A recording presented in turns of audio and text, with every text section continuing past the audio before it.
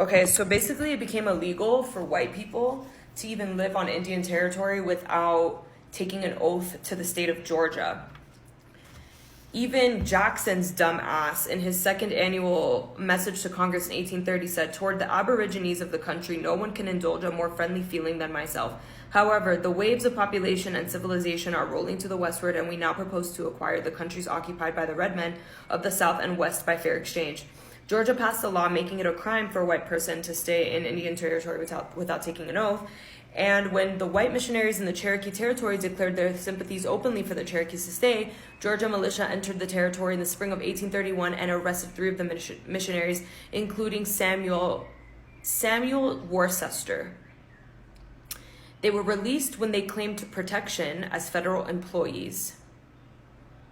Immediately, the Jackson administration took away Worcester's job, and the militia moved in again that summer, arresting 10 missionaries, as well as the white printer of the Cherokee Phoenix.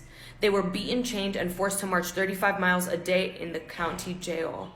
A jury tried them, found them guilty. 9 were released, but when they agreed to swear their allegiance to Georgia's laws. But Samuel Worcester and Eliezer Butler, who refused to grant legitimacy to the laws repressing the Cherokees, were sentenced to 4 years of hard labor. Appealed to the Supreme Court, and in Worcester versus Georgia, John Marshall, for the majority, declared that the Georgia law on which Worcester was jailed violated the treaty with the Cherokees, which by the Constitution was binding on the states. He ordered Worcester freed.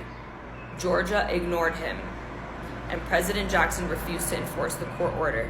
This is the thing that got me, because this is the first time that I've ever heard of the Supreme Court making a ruling and then the state not listening. Not only did the state not listen, but the president didn't listen either. So, what does that mean? The more I read this book, the more I'm like, nothing is real. None of this is real.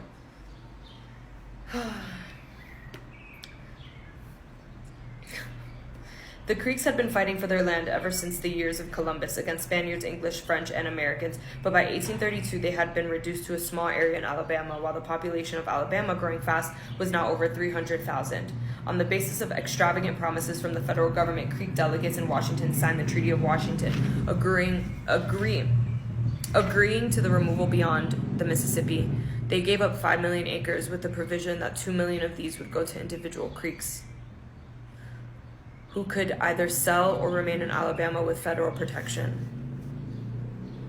A white invasion of Creek lands began. Looters, land seekers, defrauders, whiskey sellers, thugs, driving thousands of Creeks from their homes into the swamps and forests. The federal government did nothing. Instead, it negotiated a new treaty providing for prompt emigration west, managed by the Creeks themselves, financed by the national government.